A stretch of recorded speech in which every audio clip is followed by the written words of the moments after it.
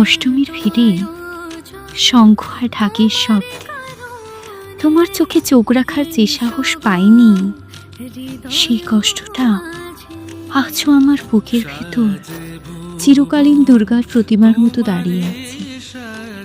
তুমি শাড়ির আঁচলে হাওয়ায় মেখে হাসছিলে, আমি শুধু ভিড়ের ভেতর দাঁড়িয়ে শুনছিলাম তোমার নিঃশ্বাসে লেগে থাকা চন্দনার ফুলের গন্ধ।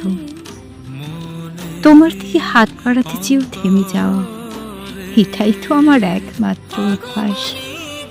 অষ্টমীর রাত যত এগোয়, ঢাকের তাল থেমে গেলে, আলো নিভে গেলে, আমার না বলা কথাগুলোই শুধু থেকে যায় আলো আধারি প্যান্ডেলের কোণে, যেন কোনো চিরন্তন পূজার উপকরণ, যা দেবীর নয়, শুধু তোমার জন্য নিবেদিত।